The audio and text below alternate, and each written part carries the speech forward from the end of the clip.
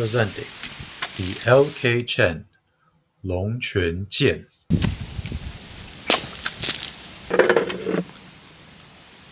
What's up, everybody? This is Vincent Zeng, the Wandering Warrior, and today I've got a really cool sword with me here. This is the LK CHEN Longquan Jian.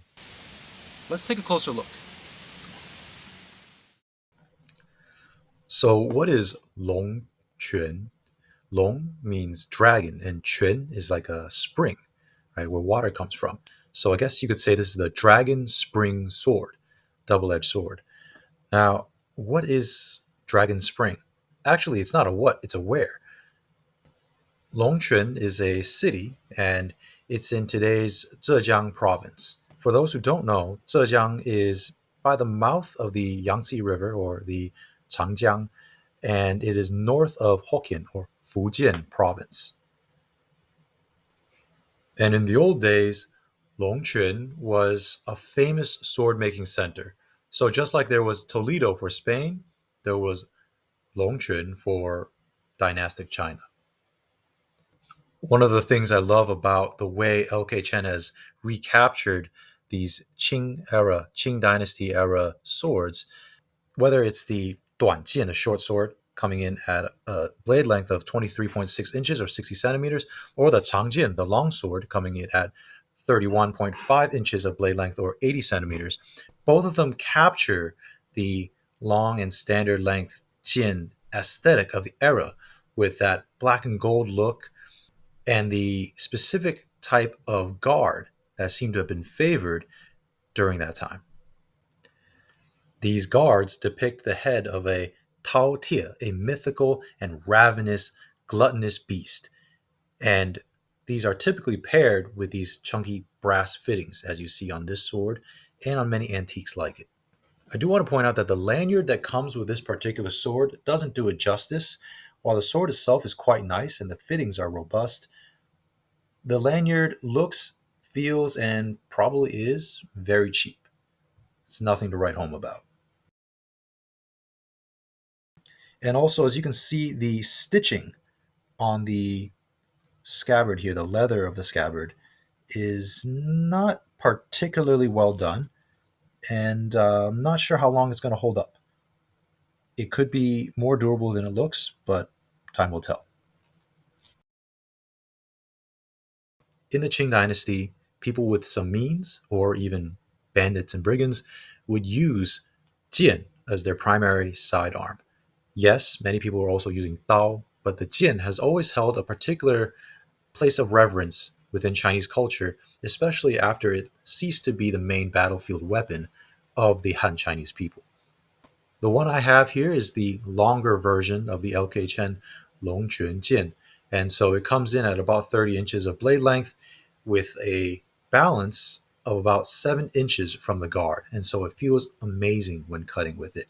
And the thin but ergonomic grip really allows me to index and align the blade edge as I need to. The blade also seems very sharp out of the box and, as you'll see, cuts very effectively.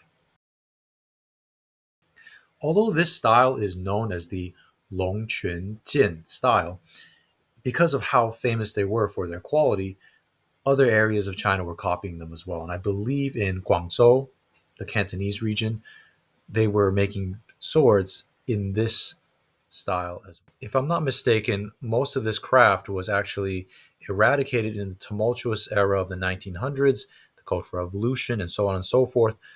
But it seems like the craftsmen and smiths of that area were able to study antiques as well as Japanese sword making methodology and have since revived their sword making industry. Today, a whole variety of swords, whether high quality or extremely low quality, are made in Longquan. Let's see how it feels in hand. Ooh, it slides right out.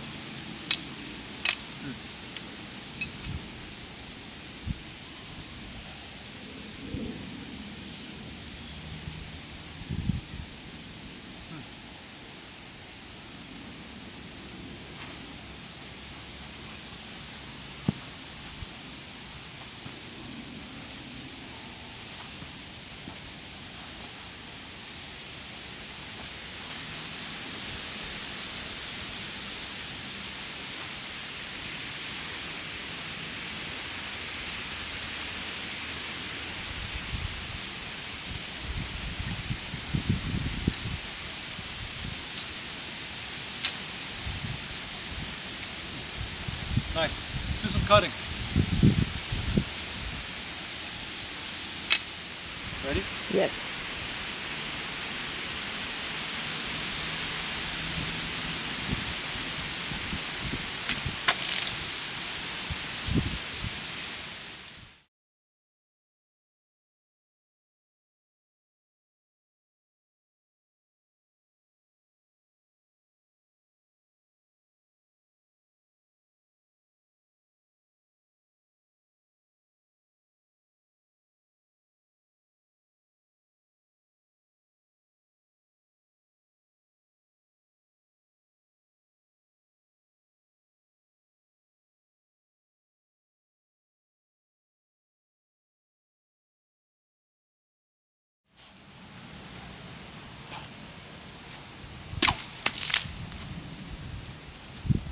Oh. Nice.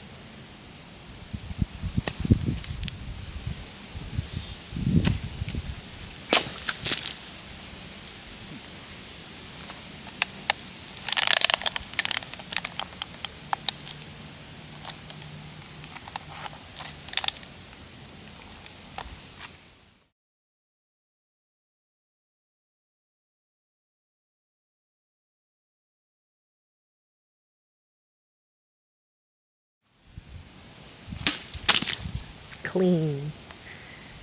Clean.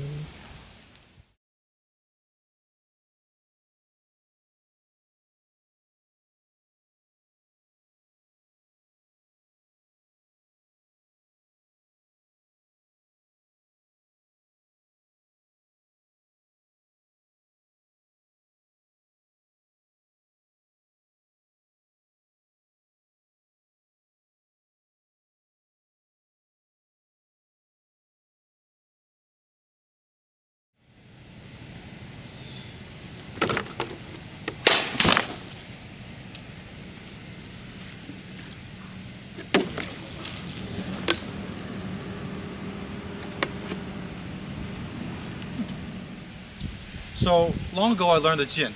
A little bit of a few different systems, a little bit of Sancai Jian from Qixing Tanglang Quan, 7-star Mantis Boxing, some Yang Taiji Jian stuff, and some Wudang Jian as well. So,